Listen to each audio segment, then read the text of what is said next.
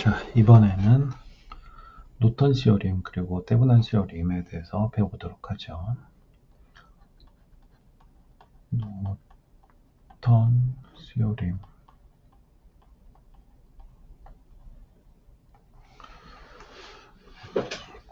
노턴 시오림 또는 테브난 시오림은 선형 회로가 얼마나 많은 개수의 선형 소자들을 포함했는지 또는 얼마나 많은 시그널 소스들을 포함했는지에 상관없이 단 하나의 병렬 연결된 커런트 소스와 단 하나의 병렬 연결된 저항으로 항상 이퀴벌런트하게 우리가 단순하게 표현을 할 수 있다.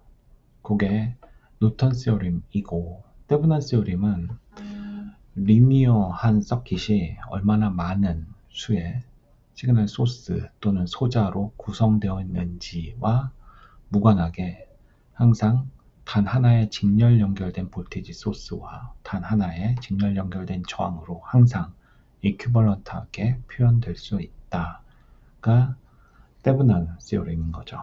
노턴 시오림을 먼저 증명을 해보자면 이 두 회로가 서로 이퀴벌런트하다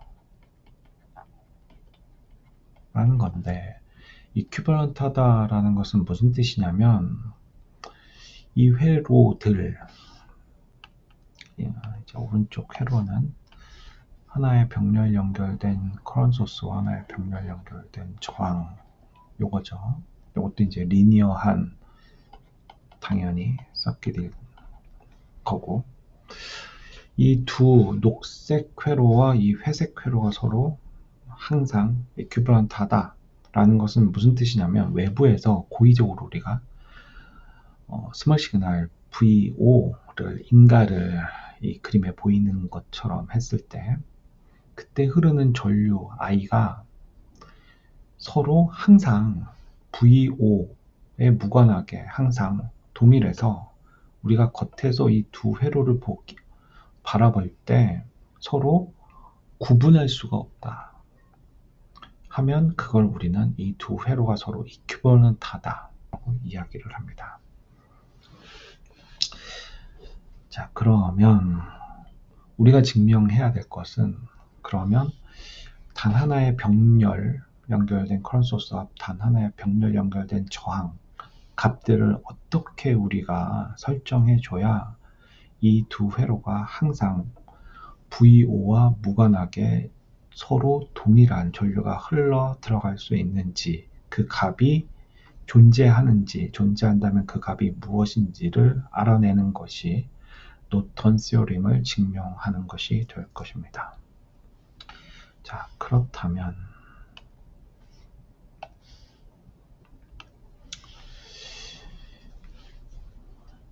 V5를 인가했을 때 왼쪽에 회색의 리니어 서킷에 흘러들어간 전류는 우리가 두 가지 성분으로 크게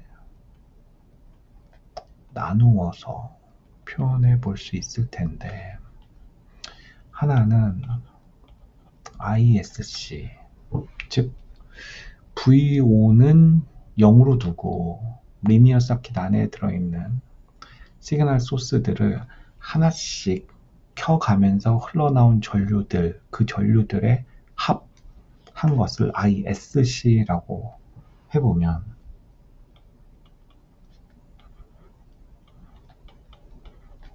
즉 ISC는 V5가 0일 때 흘러나온 전류,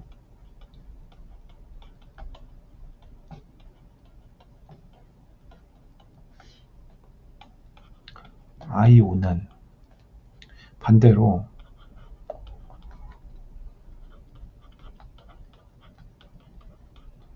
리니어 서킷 안에 모든 시그널 소스들을 빵으로 놔두고 오로지 V5만 켜둔 상태, V5만 인가했을 때 V5에 의해 흘러 들어간 전류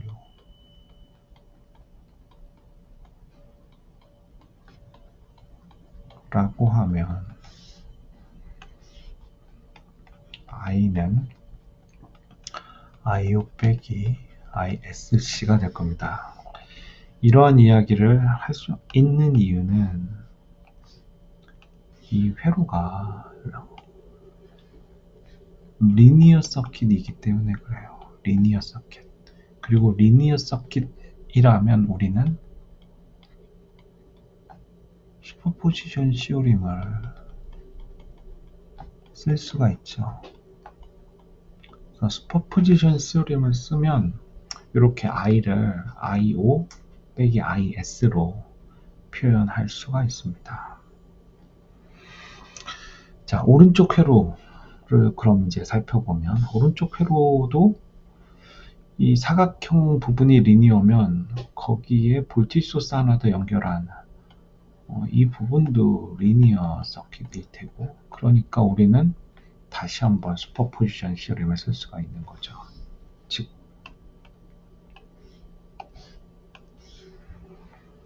이때도 요게 흘러나오는 전류를 ISC 동일하게 흘러 들어가는 전류를 IO로 표현을 할 수 있으면, 그러면 항상 VO가 인가됐을 때 좌우 두 회로에 흘러 들어간 전류는 동일하게 I가 될 겁니다. 자, 그러면 이 오른쪽 회로에서 VO가 0일 때 흘러나오는 전류가 ISC가 되도록 하려면 하나의 병렬 연결된 전류 소스와 하나의 병렬 연결된 저항 값을 어떻게 결정해야 될까요? VO를 0으로 두면 이 병렬 연결된 커런트 소스에 흐르는 전류가 다 이게 VO가 0이면 쇼트인 거와 같으니까 다 이쪽으로 흐르겠죠. 그러니까 여기가 ISC가 되어야 되겠구나. 그런 거를 알 수가 있고요. IO는 ISC를 0으로 두고, 그 다음에 이 저항값을 모르니까 R이라고 하면 IO는 VO 나누기 R이 흘러 들어가겠죠. 그래서 이때 흘러 들어간 전류 IO와 오른쪽에서 흘러 들어간 전류 IO가 서로 같도록 이 R 값을 결정을 해주면 됩니다. 네, 그러니까 이 R 값은 이 리니어 서킷에서 들여다 보이는 이 리니어 서킷 내부의 모든 시그널 소스들을 0으로 둔 상태에서 들여다 보이는 저항값을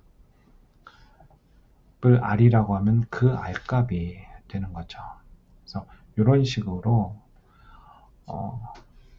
하나의 병렬 연결된 커런트 소스 그리고 하나의 병렬 연결된 저항의 값을 각각 ISC와 R로 설정을 해두면 우리는 왼쪽에 이 리니어 서킷이 얼마나 많은 개수의 시그널 소스 또는 리니어 컴포넌트들을 포함했는지와 무관하게 단 하나의 커런트 소스와 단 하나의 병렬 연결된 저항으로 항상 이퀴벌런트하게 VO와 무관하게 표현을 해 줄 수가 있습니다.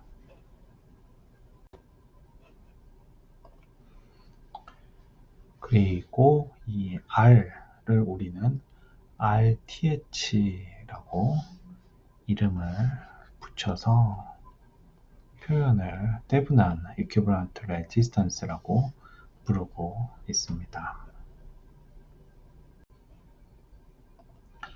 자, 그러면 이번에는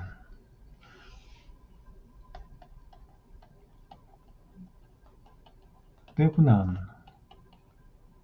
시오림을 또 증명해 보도록 하지요.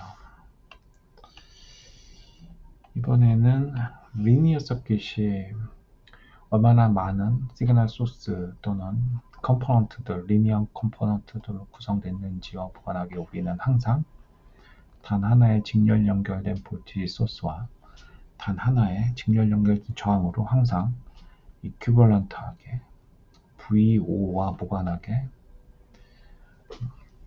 간단하게 표현을 해줄 수 있다. 이게 이제 데브난 시오림인데, 이때에 이 하나의 볼테이지 소스의 값, 그리고 직렬 연결된 저항 값을 어떻게 결정해야 두 회로가 이큐벌런트한지를, 그 값이 존재하는지를 살펴보려고 합니다. 이번에도 마찬가지로 외부에서 인가된 VO와 무관하게 항상 좌우 두 회로에 흘러 들어가는 전류 I가 서로 같도록 하기 위해서 I를 두 개의 컴포넌트로 이렇게 분리를 해줄 수가 있어요. 그러면 I는 IO 빼기 ISC일 테고, IO는 VO에 의해 흘러들어간 전류죠.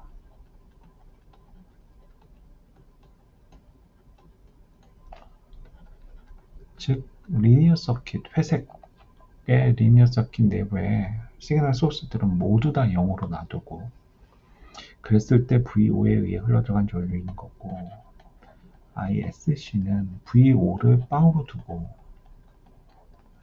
리니어 서킷 안에 들어있는 회색 부분에 있는 시그널 소스들을 하나씩 번갈아 가면서, 왜냐하면 슈퍼포지션 시어림을 우리가 쓸 수 있기 때문에 번갈아 가면서 켰을 때 흘러나오는 전류들의 합을 ISC라고 하면, 이걸 숏서킷 커런트라고 불러요. 왜냐하면 VO가 0이기 때문에. 볼테이지 소스가 0이면 그게 숏서킷이 되는 거잖아요. 그래서 VO가 0일 때 흘러나온 전류, 이렇게 되는 거죠. 자, 이거를 오른쪽 회로에서 또 살펴보자면, I는 마찬가지로 선형 회로니까 슈퍼포지션 시오림을 쓸 수가 있고, I는 IO 빼기 ISC가 될 테고,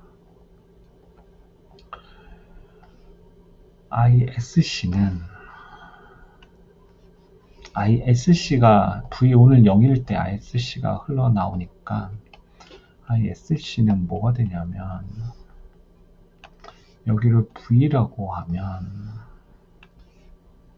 V 나누기, 그리고 여기를 R이라고 하면 V 나누기 R이 될 거예요. 그 다음에 IO는 뭐가 되겠어요? IO는 저 V를 빵으로 두면 되니까 외부에서 인가된 VO 나누기 R이 되겠죠.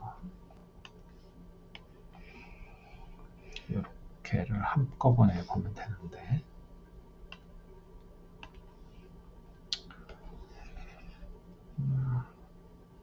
요렇게와 요렇게가 서로 같으려면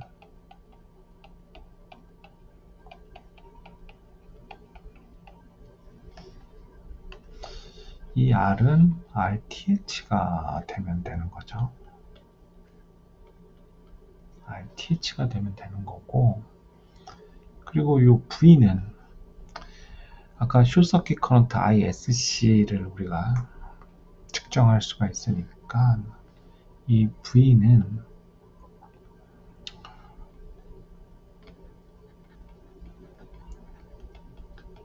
ISC 곱하기 RTH로 결정을 해두면 됩니다. 그러면 서로 이큐벌런트하게 되는 거죠.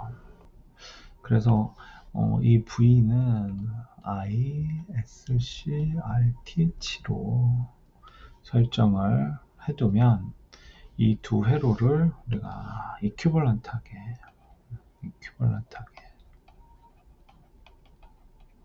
가장 간단하게 단 하나의 직렬 연결된 볼테이지 소스와 단 하나의 직렬 연결된 저항으로 항상 VO와 무관하게 이큐벌런트하게 간단하게 표현을 항상 할 수 있습니다.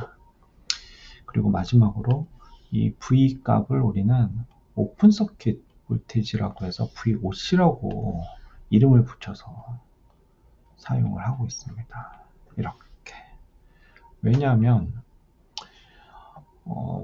외부에서 V5를 소스를 띄고선 오픈 서킷으로 로드를 봤을 때 측정되는 값이 이 VOC가 될 거거든요. V가 될 거거든요. 그래서 이 V를 오픈 서킷 볼테이지이기 때문에 VOC라고 이름을 붙여서 사용을 합니다. 그래서 이 결론적으로 어떠한 회로가 선형적이라면 그 회로에 포함된 시그널 소스의 개수 또는 리니어한 컴포넌트들의 개수와 무관하게 항상 단 하나의 시그널 소스와 저항으로 이큐벌런트하게 표현할 수가 있다. 이게 노턴스 시오림 그리고 데브난스 시오림입니다.